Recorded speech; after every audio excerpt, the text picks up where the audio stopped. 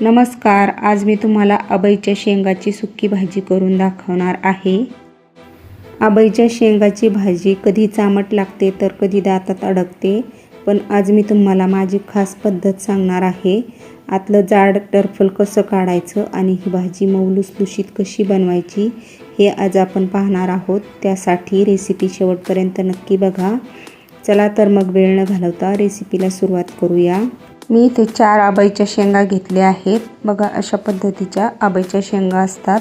गुलमोहराच्या शेंगाप्रमाणे ह्या शेंगा असतात। भाजीसाठी शेंगा घेताना खूप निबर शेंगा घ्यायच्या नाहीत। आता आपण या शेंगा कापून घेऊया। त्याचा शेंडा आणि बुडूक काढून घ्यायचं आणि अशा शिरा काढून घ्यायच्या आणि 1-1 इंचाचे असे तुकडे करून घ्यायचे।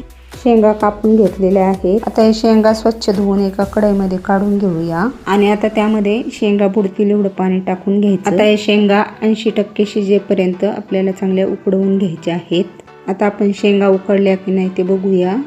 एक शेंग अशी पळीमध्ये घेऊन अशी थोडीशी दाबून बघायची आणि बघा, शेंगाचे 2 मधोमध भाग होत आहेत। आता शेंगा व्यवस्थित शिजलेल्या आहेत। आता हे शेंगा आपण एका ताटामध्ये काढून घेऊया।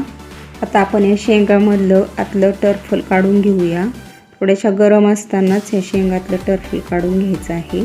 बघा, हे प्लॅस्टिकप्रमाणे जे टरफल निघत आहे ते आपण काढून घ्यायचं आहे। हे टरफल काढून घेतल्यामुळे शेंगाची भाजी चामट लागत नाही आणि दातामध्ये ही टरफल अडकत नाहीत।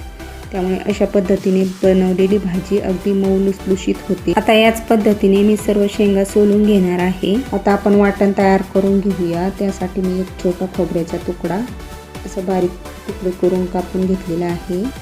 10-15 लसणाच्या पाकळ्या आणि 2 चमचे भाजलेले शेंगदाणे टाकून जाडसर वाटून घ्यायचं। बघा, अशा पद्धतीने असं दरदरीत वाटून घेतलेलं आहे।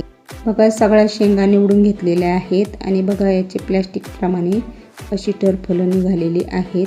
ती खूप अशी चिवट असतात, ती दाताखाली आली की चांगली लागत नाहीत, म्हणून अशा पद्धतीने शेंगा निवडून घ्यायच्या। कढईत 1 टेबलस्पून तेल मी टाकलेलं आहे। आता त्यामध्ये चिमूटभर हिंग घालूया, अर्धा छोटा चमचा हळद, 1 चमचा लाल मिरची पावडर आणि 1 चमचा घरगुती मसाला घालूया। तेलात व्यवस्थित मिक्स करून घेऊया आणि आता या अबईच्या शेंगा यामध्ये घालूया आणि 2 मिनिटे परतून घेऊया।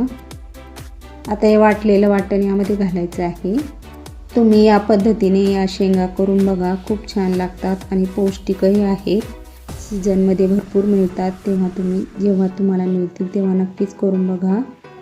आता वरून थोडीशी बारीक कापलेली कोथिंबीर घालूया आणि चवीनुसार मीठ घालूया आणि व्यवस्थित मिक्स करून घेऊया आणि 2 मिनिटे चांगली याला वाफ आणूया। लगेच भाजी तयार। बघा, भाजीला छान वाफ आलेली आहे आणि मऊ लुसलुशीत अबईच्या शेंगाची भाजी तयार झालेली आहे। ही भाजी चपाती बरोबर, भाकरी बरोबर अप्रतिम लागते। तुम्ही ही भाजी नक्की करून बघा आणि कशी झाली ते मला कमेंट करून नक्की कळवा। आणि माझ्या रेसिपी तुम्हाला आवडत असतील तर माझ्या चॅनलला लाईक, शेअर आणि सबस्क्राईब करायला विसरू नका। धन्यवाद।